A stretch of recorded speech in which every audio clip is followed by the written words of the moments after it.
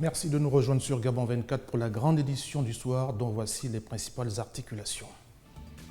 Au Gabon, la Caisse nationale de sécurité sociale a engagé dans un vaste projet de construction des logements sociaux.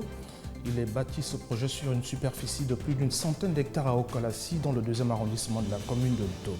Kenny Ongori et Kassian Sandong nous y conduisent dans quelques instants. Ailleurs en Afrique, la Côte d'Ivoire à l'épreuve d'une fronde des militaires mécontents de leurs conditions de travail. La contestation partie de Bouaké au nord du pays toucherait désormais plusieurs villes.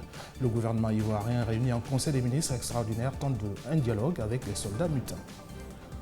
En France, a noté cette mobilisation de 4000 Kurdes à Paris en commémoration de 3 de leurs militants tués en 2013. Une enquête a été ouverte au lendemain du crime, mais ces résultats ont été gardés secrets par les autorités turques qui n'ont donné aucune information côté français. Le gouvernement a refusé de lever le secret défense sur les renseignements qui auraient pu permettre l'avancement de l'enquête judiciaire. Voilà pour le sommaire. Bienvenue à tous. Pour commencer, le nouveau bachelier de la faculté de droit et de sciences économiques de l'université Omar Bongo était au centre d'une attention soutenue ce samedi à l'école normale supérieure dans le 1er arrondissement de Libreville. Il s'agissait d'une séance d'information organisée à leur intention par les responsables de l'établissement. Voyons les détails avec Ludmila Ntotoum. Alors que les cours débutent le 9 janvier prochain à la faculté de droit et de sciences économiques à l'université Omar Bongo, ce samedi, les responsables académiques de la dite faculté ont reçu les nouveaux bacheliers inscrits pour décliner les offres de formation fondamentale et professionnelle, les principes d'application du système LMD et les débouchés dans leur formation. Comme le veut la tradition à l'université, en chaque début d'année académique, nous faisons le devoir d'accueillir les nouveaux bacheliers qui s'inscrivent pour la première fois en faculté de droit et des sciences économiques.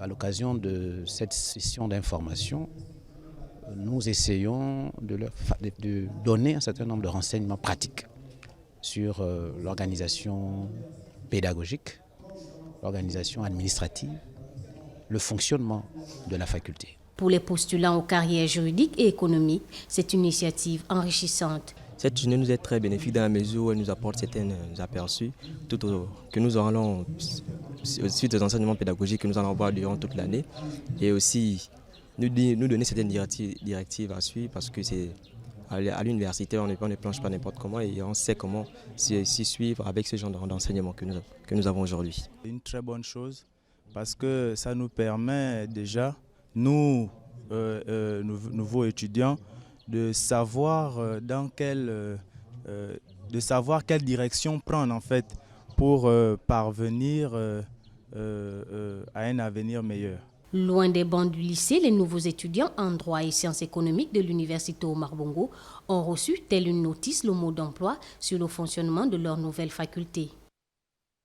C'est plus de 1500 logements, dont 220 villas, des marchés, des centres commerciaux, des parcs d'attractions étendus sur plus de 172 hectares qui seront développés dans le 2e arrondissement de la commune de Ntoum pour le bien-être des potentiels acquéreurs. La Caisse nationale de sécurité sociale, promoteur du projet, rêve d'une future agglomération urbaine au bénéfice des populations. Kenny Ongori, Kassian Siandong pour le constat. C'est un projet futuriste qui se met en marche dans le 2e arrondissement de la commune de Ntoum, précisément à Okolassi, à l'initiative de la Caisse nationale de sécurité sociale. Il s'agit de la cité des retraités. Ce qui se passe, c'est que tous les travailleurs, ceux qui sont immatriculés à la CNSS, qui travaillent dans cette entreprise pendant 20, 30 ans, parfois 35 ans, à la fin de leur vie se posent 3 questions existentielles. La première, je suis retraité, est-ce que je pourrais manger et me vêtir correctement? Première question existentielle. Deuxième question, est-ce que je pourrais me soigner correctement? Et la troisième question, où vais-je habiter? La CNSS a pensé qu'il faut trouver une solution, d'où le projet Okolassi, une maison, une retraite. Le principe est simple, il faut avant tout être assuré à la CNSS et souscrire au service CNSS IMO pour y avoir droit et accès. Dès que vous commencez à travailler, si vos moyens vous le permettent, vous vous engagez à investir dans un logement social. Et pendant 10, 15, 20 ans, pendant que vous cotisez, pendant que vous travaillez, vous investissez dans un logement. Et à la fin de votre vie, vous habitez chez vous. Voilà le projet. Sur le site de Kolassi, les maisons sortent de terre progressivement. Le chantier avance de façon fulgurante. Les aires de jeu sont bien présentes dans cette future agglomération urbaine. L'école, quant à elle, est fin prête. Les travaux d'extension du site se poursuivent. Sur plus de 100 hectares, 16 ont déjà été exploités. Ce projet aussi faramineux que fantastique mérite le soutien et l'assentiment de tous en vue d'offrir à chaque Gabonais un logement décent au terme d'une carrière professionnelle bien négociée. Un retraité et un toit, c'est possible avec ce projet futuriste de la CNSS. La suite, c'est cet important chantier d'aménagement routier qui se poursuit à Libreville et ses environs, cas du quartier Mindoubé, qui sera bientôt ouvert à la grande circulation. La société chargée de l'exécution du projet est à pied d'œuvre pour le finaliser. Le constat de Cassia Nsiandon. Le chantier d'aménagement et réaménagement de la route de Mindoubé 2, situé dans le 5e arrondissement de la capitale gabonaise, s'étend sur 2 km.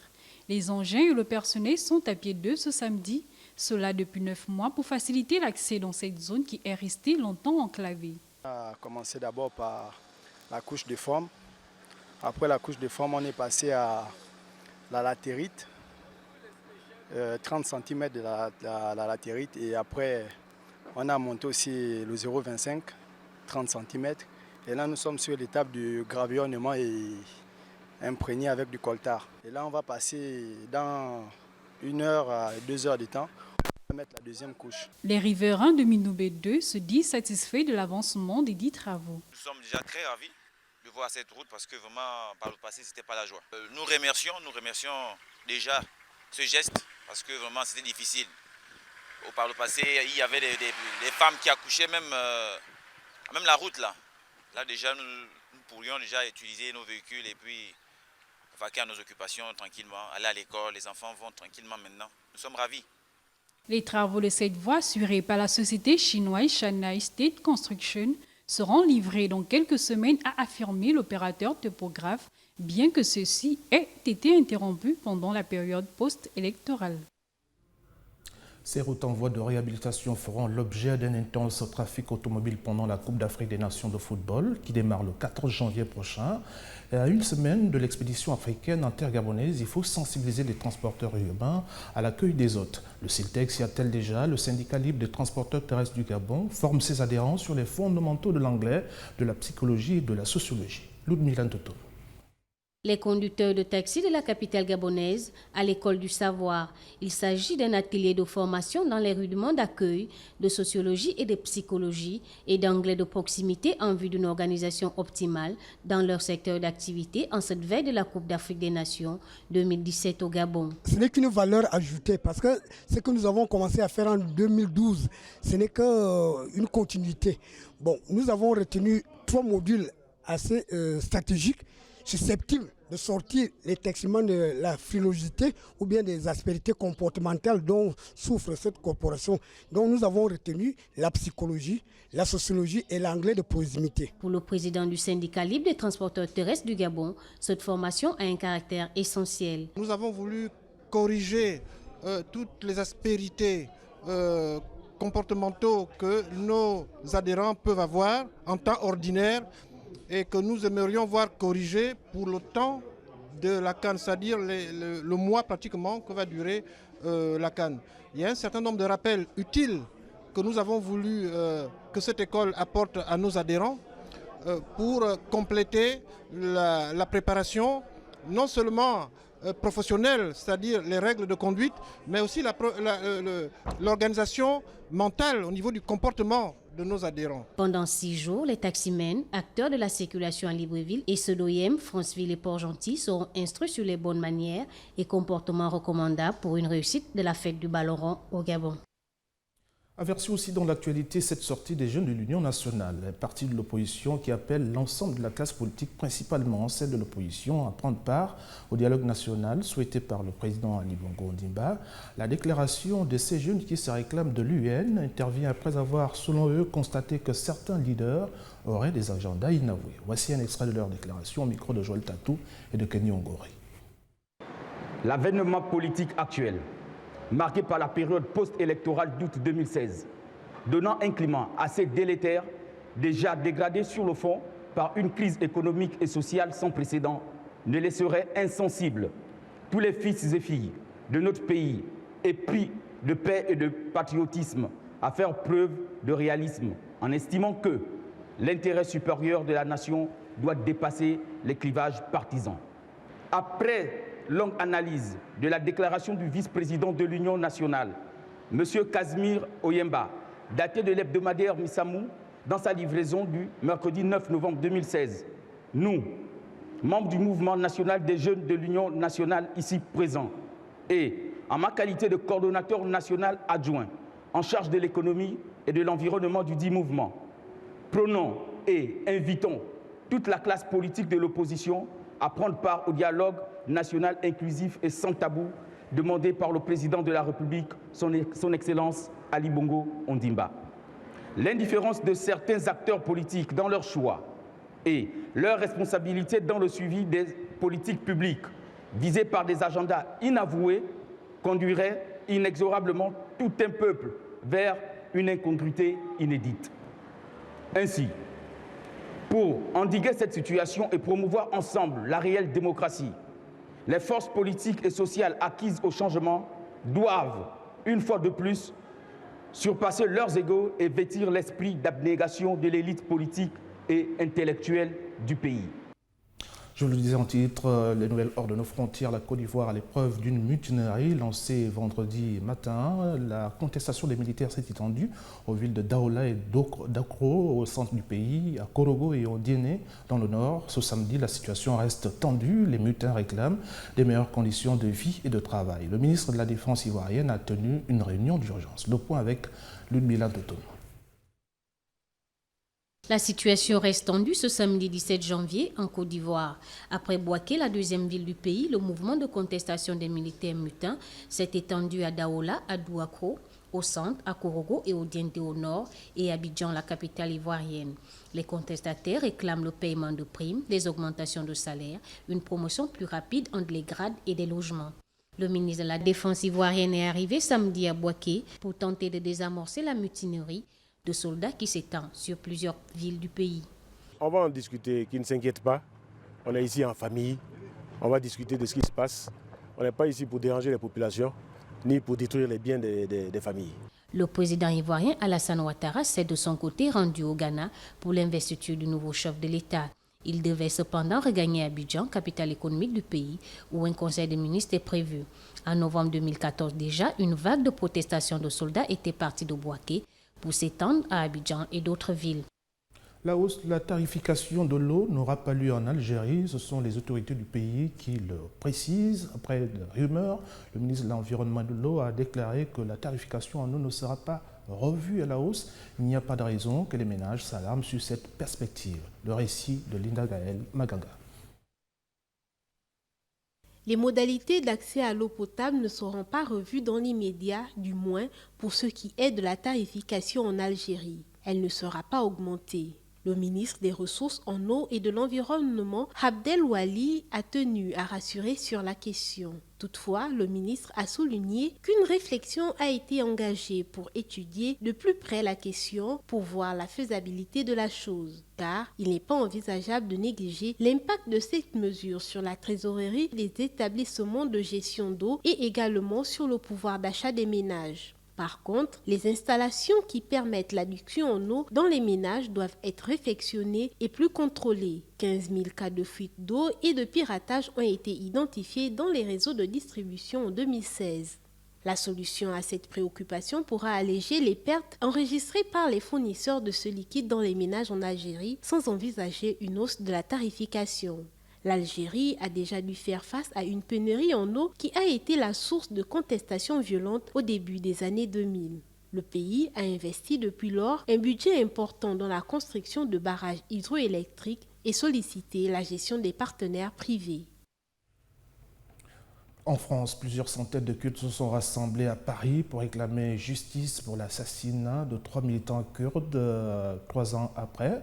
On se rappelle donc que ce procès avait été ajourné à la suite du présumé auteur de ce crime. Les détails dans ce reportage. Alors que Paris commémore les attentats djihadistes qui ont fait 17 morts il y a un an, les Kurdes pleurent 3 combattants de la liberté qui n'ont toujours pas obtenu justice. C'est ici le but de cette manifestation. Entre 7 000 et 10 000 personnes, selon les organisateurs, ont aussi dénoncé la passivité de l'Europe face aux crimes du régime turc contre les Kurdes en première ligne contre les djihadistes en Syrie. Au son d'un chant révolutionnaire kurde, le cortège a défilé jusqu'à la place de la Bastille après la halte au siège du CIK où des gerbes de fleurs avaient été déposées 3 jours plus tôt. Au premier rang d'un défilé hissé de centaines de drapeaux, aux couleurs du PKK et de portraits d'Öcalan, les proches des 3 femmes ont marché en silence. Une fois la marche arrivée place de la Bastille, dans l'après-midi, un risque a opposé plusieurs participants. Des policiers intervenus pour séparer les manifestants ont été pris à partie et l'un d'eux a tiré en l'air, a-t-on appris d'une source policière. Il n'y a pas eu d'interpellation ni de blessés selon la même source. Il y a 4 ans, le 9 janvier 2013, Sakine Janssens, Fidan Dogan et Leila Chailemez ont été exécutés en plein cœur de Paris. Et aujourd'hui, nous sommes à la 4e manifestation annuelle pour la commémoration justement de ce triple assassinat. Donc aujourd'hui, de tous les pays en Europe, de toutes les capitales européennes, les Kurdes se rassemblent ici à la gare du Nord pour marcher jusqu'à République. On reste en France où Benoît Hamon, candidat à la primaire de la gauche, a détaillé son projet du revenu universel lors d'un meeting tenu vendredi dans les bâtiments de Sciences Po à Nancy. À 2 semaines du premier tour, il espère constituer la grande surprise de cette épreuve. Marina Boissa. Vendredi soir, dans les bâtiments de Sciences Po à Nancy, ils étaient 700 selon les organisateurs à être venus acclamer Benoît Hamon, l'outsider de la primaire de gauche. Pendant plus d'1 heure, il a prononcé un discours centré sur les questions de travail et d'environnement sans référence à sa remontée. Le projet du revenu universel comme un moyen de retrouver de la liberté et de l'autonomie par rapport au travail. Alors comment financera-t-on cela? Forcément par des prélèvements qui ne peuvent plus reposer sur le travail comme auparavant. Je sens qu'il y a une adhésion d'une partie des Français. Je vois beaucoup de jeunes actifs, en tout cas sensibles à des questions qui sont des questions liées à l'écologie ou au revenu universel. Et je pense qu'ils ont raison. Ils ont raison parce qu'ils doivent légitimement se préoccuper de ce que sera leur protection sociale. Parti en campagne fin août dernier, bien plus tôt que les autres principaux candidats, et peu à peu, Benoît Hamon creuse son sillon. Dorénavant dévancé de seulement quelques points par Arnaud Montebourg dans les intentions de vote, et même s'il reste loin derrière Manuel Valls, Benoît récolte les fruits d'un travail de fond après des mois à labourer le terrain.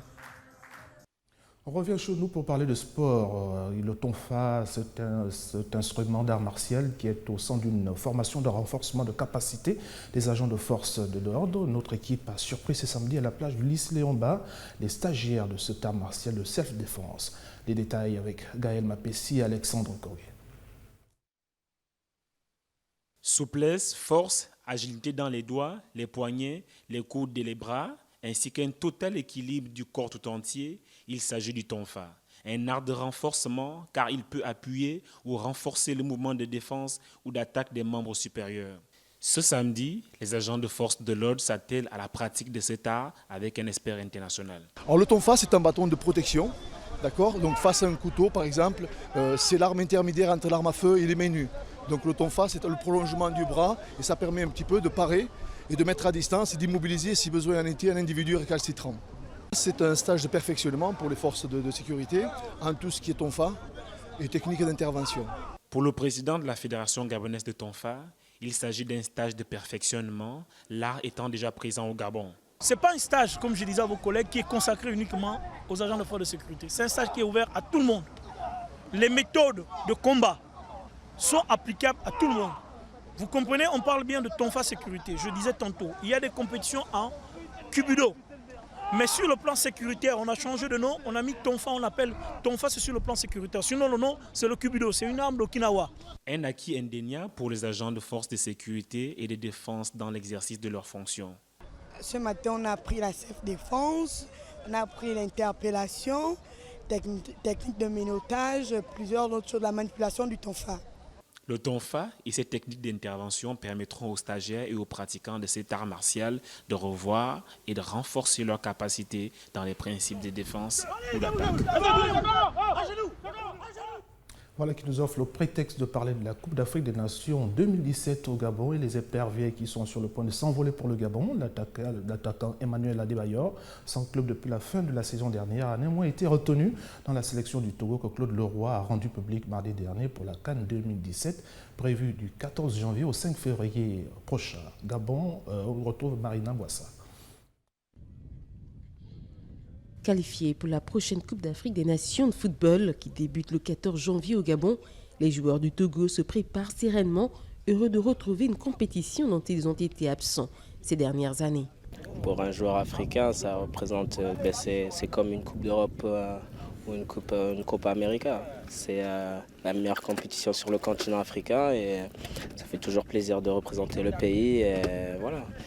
On va se confronter à ce qui se fait de mieux en Afrique. Et c'est de bonnes choses pour le pays et pour chaque joueur qui y participe. Les éperviers auront des efforts à faire dans cette compétition avec un groupe ultra relevé qui compte la Côte d'Ivoire, tenant du titre, le Maroc et la très séduisante RDC. On a un groupe très relevé. Après, on a certains joueurs qui ont beaucoup d'expérience dans cette compétition. Donc on va essayer de jouer sur ça pour justement créer la surprise parce que on va dire dans le groupe personne ne nous attend. Donc on va essayer de donner le meilleur de nous-mêmes et voilà, après on va faire ce qu'il faudra je pense sur le terrain et après Dieu fera le reste. L'équipe entraînée par le très expérimenté Claude Leroy pourra compter sur le retour de l'attaquant vedette du pays, Emmanuel Adebayor, bien que n'ayant pas de club actuellement, tout comme le gardien de but Kossi Agassa, lui aussi retenu. Le journal s'achève, voici le rappel des titres. Au Gabon, la Caisse nationale de sécurité sociale est engagée dans un vaste projet de construction des logements sociaux pour les retraités. Il est bâti sur une superficie de plus d'une centaine d'hectares à Okolassi dans le 2e arrondissement de la commune de Ntoum. Kenny Ongori et Cassian Sandon nous y ont conduit dans ce journal. Ailleurs en Afrique, la Côte d'Ivoire, à l'épreuve d'une fronde des militaires mécontents de leurs conditions de travail. La contestation partie de Bouaké, au nord du pays, touche désormais plusieurs villes. Le gouvernement ivoirien, réuni en Conseil des ministres extraordinaire, tente un dialogue avec les soldats mutins. En France, vous l'avez vu, cette mobilisation de 4000 Kurdes à Paris en commémoration de 3 de leurs militants assassinés en 2013. Une enquête a été ouverte au lendemain du crime, mais ces résultats ont été gardés secrets par les autorités turques qui n'ont donné aucune information. Côté français, le gouvernement a refusé de lever le secret défense sur les renseignements qui auraient pu permettre l'avancement de l'enquête judiciaire. Merci à vous tous de nous avoir suivis. L'information se poursuit sur Gabon 24.